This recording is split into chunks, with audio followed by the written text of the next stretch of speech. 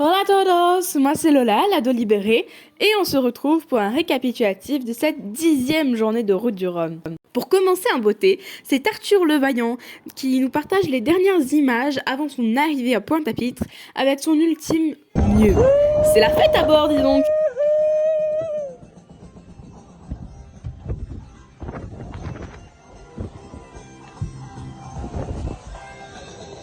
On arrive bientôt.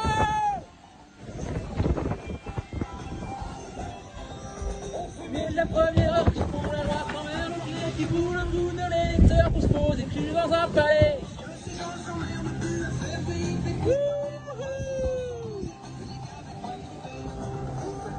Bon, plus sérieusement, Arthur a passé la tête à l'anglais ce matin.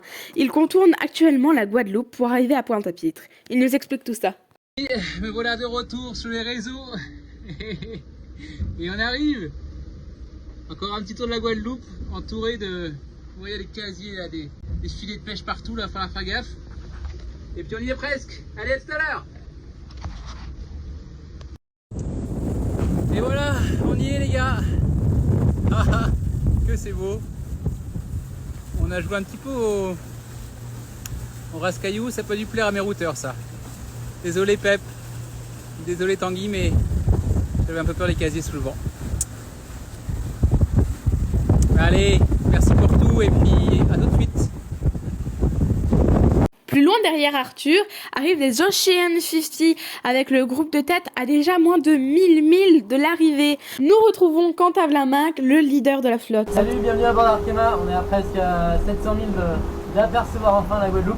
On est vendredi, il reste c'est à 48 heures avant de voir la terre. On est toujours sur le Genaker à fond.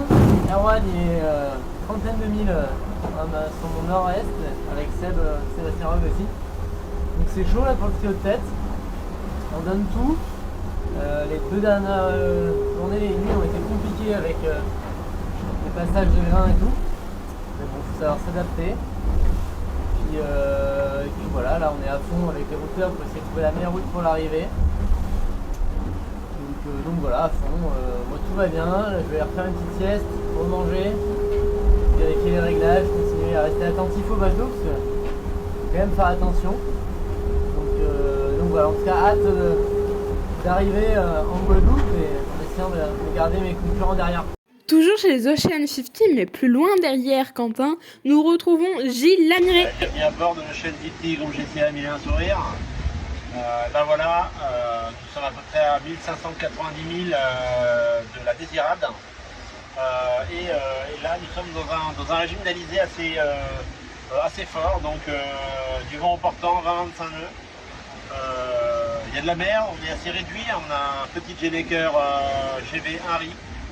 Et c'est là, je suis dans le poste de veille, et c'est là que je vais passer certainement les derniers jours de cette route du Rhum destination Guadeloupe, parce qu'il va falloir être vigilant. Ça va peut-être monter à plus de 25 nœuds. Vous voyez, et là je suis là à surveiller l'électronique du bord. J'ai des télécommandes pilotes. Comme ça, je peux abattre si ça monte. Et j'ai également surtout des coups de Genaker que je tiens près des mains, prêts à larguer. Donc ça va pas être facile parce qu'il va falloir aussi dormir, choisir les moments où je vais dormir. Là j'ai une très très belle vue aussi sur le jardin. Vous voyez, le jardin, alors il y a des taupes là parce que il y a plein de bosses. Voilà, on va écouter pas très vite en avant vers la Guadeloupe. Cet homme fait partie de ceux qui ont marqué l'histoire de la route du Rhum. Il fait partie de l'histoire de cette course. Il l'a remportée par 2 fois dans la catégorie IMOCA. C'est Roland Jourdain. Il est présent sur cette 12e édition de Route du Rhum, mais plus avec des IMOCA. Cette fois-ci, c'est sur un nouveau projet, WeExplore, qu'il se présente avec son Rhum Multi. Voici de ses nouvelles. Bonjour tout le monde, depuis WeExplore, qui commence à glisser tranquillement, non pas dans un vrai alizé, mais on tente d'y aller. C'est un peu un stade comme un petit peu de boulot, mais on y est. Alors j'ai appris un truc, c'est qu'il y a une variété de lin à bord de WeExplore, dont son matériau de construction, qui s'appelle alizé. Donc là, je suis ravi d'aller faire rencontrer l'alizé de la terre à l'alizé de la mer. c'est top. Bon, vous avez vu comme la vie est belle, par moment. Ciao, ciao. Après 2 arrêts techniques et encore et toujours de nouvelles avaries à bord, Michael Mergui, le skipper du classe 40 Centre-Accord, abandonne. Voici pourquoi. Bon, j'ai cassé la mure de J2, je suis passé sous tourmentin. Bon, la voile est passée à l'eau et tout, bon, j'ai réussi à la récupérer, ça c'est cool. Je l'ai pas abîmé, je l'ai pas déchiré. Ouais, j'ai voulu continuer à passer la pointe là. Bon voilà, à chaque fois qu'il y a un grain, le pilote se met en vrac et le bateau part à contre. Donc voilà, c'est pas plus de la casse du J2, le pilote qui tient pas là, à chaque fois qu'il y a un grain ou une vague ou quoi, il se met en travers. Donc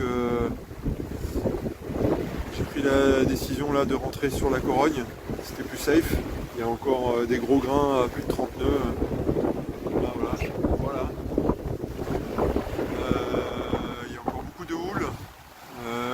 C'est risqué, je m'expose encore à des grands dangers, je suis vraiment fatigué et je ne veux pas aggraver plus le cas. C'est des petites casses mineures là que j'avais réparées. On a réussi à repartir. Donc voilà, je rentre sur la Corogne. Un autre skipper dont on avait parlé hier, Xavier Macaire, qui avait constaté des voies d'eau suite à des fissures dans la coque de son classe 40 groupe SNEF, a réussi à réparer et il repart dans le groupe de tête. Nicolas Desté nous fait part de sa difficulté pour trouver du bon vent à bord de son classe 40 Apivor Café Joyeux. Un classe 40 vraiment particulier puisqu'il est sponsorisé d'un côté par Café Joyeux, de l'autre par Apivor. Je vous montrerai ça en photo, mais d'abord la vidéo. Quelques nouvelles du bord, on est un peu coincé dans une zone sans vent là, un peu foireuse. Et un peu compliqué parce que devant ils ont retrouvé le vent et derrière ils n'ont pas encore buté dans la zone ou dans laquelle on est, donc c'est un peu compliqué le mental à bord là parce que je suis en train de me démener pour choper les petits airs pour essayer de m'échapper là et de choper le même vent que ceux devant, mais pas évident quoi. Donc voilà, moi je vous tiens au courant, à plus. A plus Nico, nous on va parler de tes sponsors. Vous connaissez peut-être déjà Café Joyeux, la première famille de cafés-restaurants qui contribue à l'inclusion professionnelle de personnes en situation de handicap mental et cognitif. Une belle initiative humaine. Son autre sponsor, c'est Apivor, la marque 100% végétale. Direction les IMOCA où nous retrouvons la grande Sam Davis. Dans les alizés et les alizés soufflent en ce moment. Ça c'est top. Et là, Initiative Car fait des belles glissades sous Grande Janac. Là on est à 23 nœuds. Les pointes c'est assez vite. Pour l'instant la mer est plutôt lisse. Ça se passe bien. Je pense que ça va forcer. Donc j'ai préparé les voiles plus petites. Et là on va avoir du vent fort. Comme ça jusqu'on arrive à Guadeloupe. Donc maintenant, après, j'irai pas de vent. Maintenant, ça va être, j'irai un bateau qui avance plein de pelles pendant les nuits noires. Nouvelle phase de découverte pour moi avec Initiative Car. En tout cas, c'est vraiment sympa aujourd'hui. J'espère que vous avez apprécié les images. Nous arrivons à la fin de cette vidéo, alors un petit point de classement. Chez les Ultimes, on connaît déjà notre top 3 depuis maintenant quelques jours, puisqu'ils sont déjà arrivés à Pointe-à-Pitre. Il est composé de Charles Caudrelier, de François Gabard et de Thomas Covid. Il a été complété par Francis Joyon et Yves Le Blévec. Arthur Levaillant en 6e position arrivera certainement dans l'après-midi. À ce moment, il ne restera alors plus que 2 ultimes en course. Je parle bien sûr de Banque Populaire d'Armel Lecléage et de Earth It Again by Extia de Romain Piliard. Pour ce qui est de la tête des Ocean 50, ils sont à moins de 500 000 de l'arrivée.